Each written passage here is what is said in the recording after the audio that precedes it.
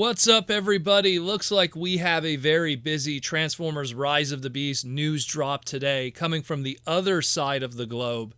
Yesterday, Takara-Tomy and Amazon Japan dropped a whole bunch of Transformers Rise of the Beast, or as it's known in Japan, Transforma Beasto Kakse, Beast Awakening.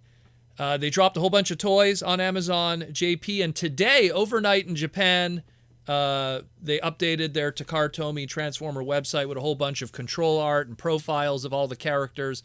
So we got a whole bunch of cool stuff to talk about today. The first look of some characters in their robot mode for the very first time, as well as a whole bunch of new product that we didn't even talk about yesterday, because even more stuff was shown overnight.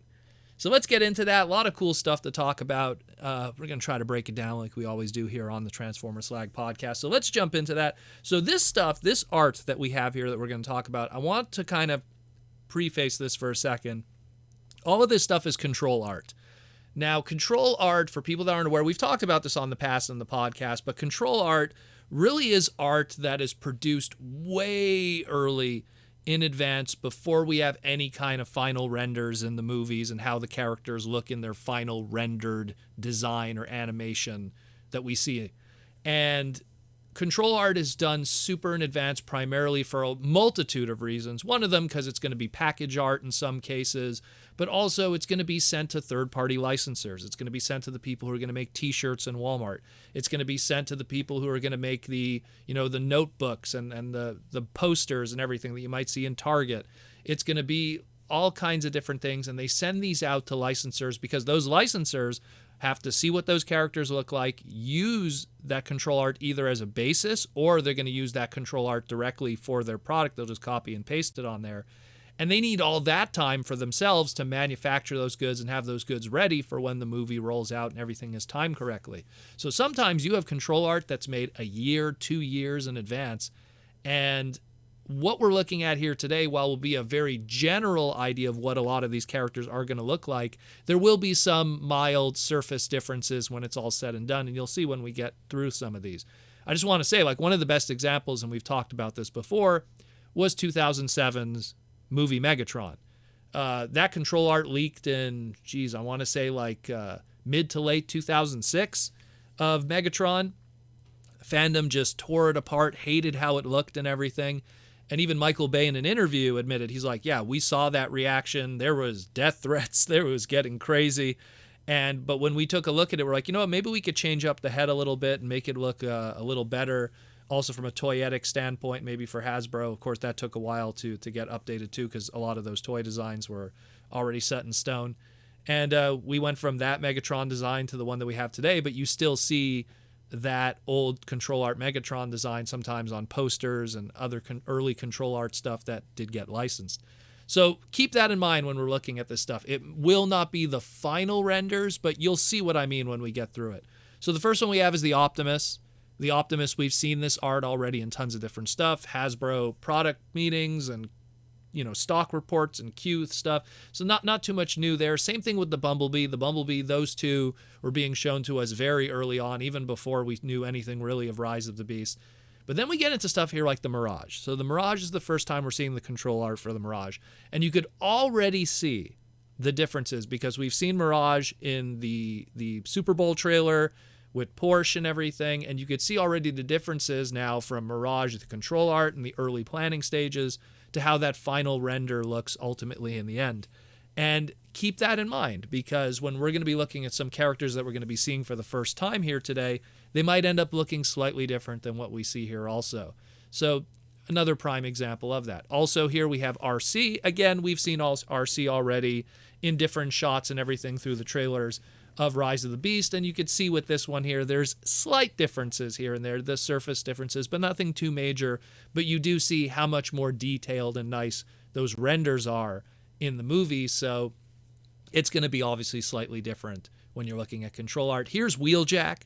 Finally, we're getting to see a good shot of Wheeljack here outside of leaked toys and stuff like that, and speculation, and people freaking out online. So here's Wheeljack, and it's Wheeljack. Again, it might be different in the movie. There might be different tooling, might be different ways how that head sculpt's going to be. Obviously, it's probably still going to have the glasses, so relax, guys. But Again, it's not 100% set in stone when we look at these control art. Here's a brand new character. So technically he made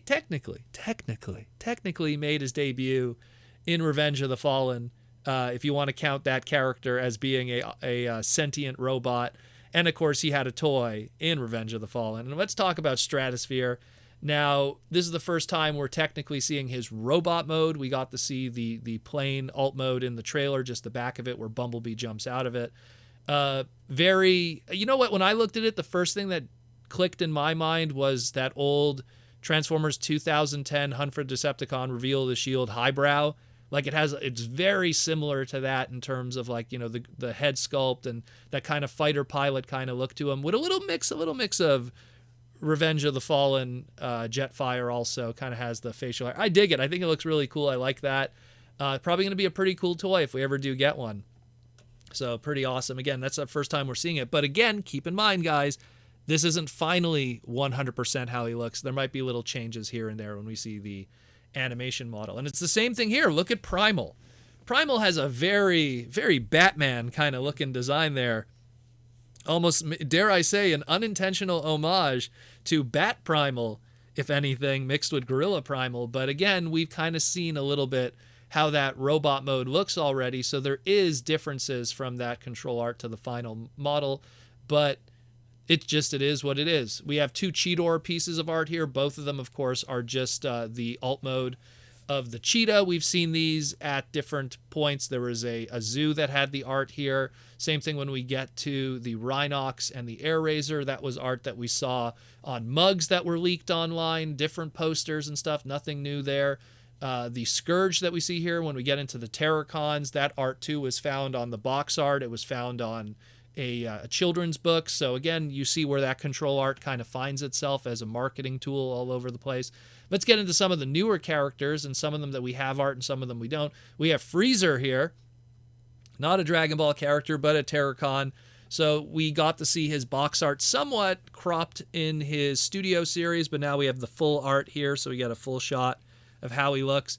Here's the first time we're seeing a decent shot of robot mode of Nightbird. I think she looks really good. That's a really good movie transition from that of the old Generation 1 non-transforming, human-created robotic ninja character. So that's pretty awesome. I think I really dig how she looks there. We got Battle Trap. Again, we saw the box art, so this is just kind of more of a full-size version of that box art, and he'll probably be on posters, t-shirts, and all kinds of stuff, notepads. And then we got a new guy here. We have a new Terracon, at least according to the emblem next to him, and it's Transit. Now, just to start, the trademark of Transit has actually existed in Transformers before. It wasn't licensed trademarked with Hasbro, but it was used in the Transformers Robots in Disguise comic book series by IDW. There was a Decepticon character who was named Transit that turned into a bus. So when you look at Transit here, so this is a Terracon, still a baddie, kind of has a bug kind of look on his face there. But don't let the bug look on his face fool you. That's just more of his Terracon origins, if anything. He's got a whole bunch of wheels here on his legs and stuff. I think he turns into a bus. And judging by his name and everything, I think we're going to have a nice, city bus transformer. Maybe Transit's going to be kind of like Barricade in a lot of ways, that, most of the Decepticons were based on kind of flight stuff and everything, or just Cybertronian designs, but you still had to have guys that were infiltration also. And in the case of Transit here, maybe he's going to be a bus, and maybe he's going to be moving around 90s New York trying to keep an eye on people and everything. So pretty cool. Again, Transit, that's a new character there that we're seeing for the very first time. And again, based off of a Robots in Disguise 2.0 2015 comic book character originally. So nice little throwback to Transformers history in a lot of ways. And then we have some new toys that we're going to talk about. So first we talked about that Transformers Kuruto change series, which were those flip changers I talked about. It seems we have an update on that now. So we have these flip changers here, and they're called the Kuruto change. That's what we have here in Japan. And Kuruto, obviously, it translates to flip or spin.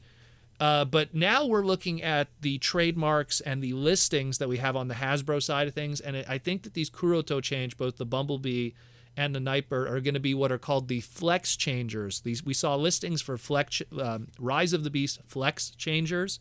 So it's probably going to be those. So if you are interested in these, you might not have to worry about importing these from Yahoo Japan, or not Yahoo Japan, Amazon Japan. You might be able to get these locally under the Flex Changer, because the Flex Changer, from what it looks like, again, it uses some kind of a vinyl or a strong kind of POM plastic to make a spring up transformation instead of using a spring itself of metal or a coil. So there's that one. Then we have a new edition. This is going to be a Toys R Us Japan exclusive in Japan. It's going to be a Target exclusive here in America.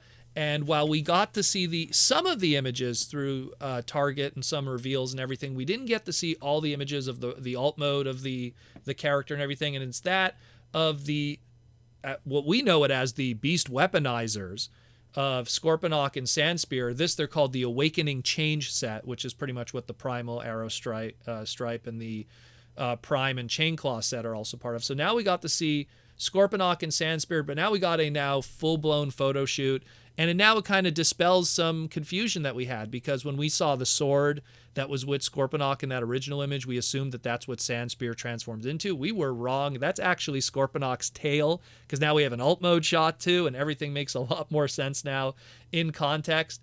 So we get to see now how Scorponok looks in robot mode with his sword. We get to see his alt mode properly and how the sword turns into his tail. We see Sandspear in alt mode and the true transformed weaponizer mode there too. So now we got a whole bunch of nice photos of our very first Predacon of this line. We have yet to have any Predacons, both fictionally or in the toy line. So he's technically our first, and he's going to be a Toys R Us exclusive in Japan, but it'll be a Target exclusive here in America. So stay tuned with that. And another Toys R Us exclusive probably will be something over here too. But at the time being, we have another Toys R Us exclusive of the Smash Changer. So we talked about Optimus Primal. We talked about Optimus Prime. They're called the Papa Change. And I talked about yesterday how that's kind of a play on words in Transformers, where it means like, father transform or father change or father Henkei or whatever you want to call it. So now we have another one here, just like we had BPC-01, Papa Change, Optimus Primal, BPC-02, Papa Change, Optimus Prime, and now we have BPC-EX, Papa Change, Scourge. So we got Scourge here, sporting a lot of orange, very orange. I swear when I saw the thumbnails of these, I thought it was actually Battle Trap because of how much orange was on this, but obviously in closer inspection, looking at the head sculpt and the design itself, it is indeed Scourge. And this is going to be a Toys R Us exclusive. So we have a Smash Changer Scourge. At some point, obviously, there's going to be a Scourge Smash Changer in the Western market too. So if you are interested in having a big old Scourge that you could transform in 3 steps or less, check that out. And of course, last thing to mention, because you have to, if you saw on my Twitter this morning, there was a there was a beautiful little sing-along Transformers Beastokakse commercial little promotional thing for all the new product that's out there. Beast Wars has a very wacky history in Japan, and it seems like they're maintaining that history. And go check that out. Again, just go on my Twitter. I have the post of it, and then the full link is available in the tweet at Protoman on Twitter and stuff. But very wacky stuff. Again, a whole bunch of brand new Rise of the Beast stuff, and I'm pretty sure we're going to see more. We have some listings we have to talk about also, which I want to do in a separate segment because there's a bit of history with that one that's kind of separate from all this Rise of the Beast stuff. A lot of cool stuff going on. Stay tuned for that on the Transformer Slag podcast, and I hope you learned something. I hope you enjoy the rest of your day.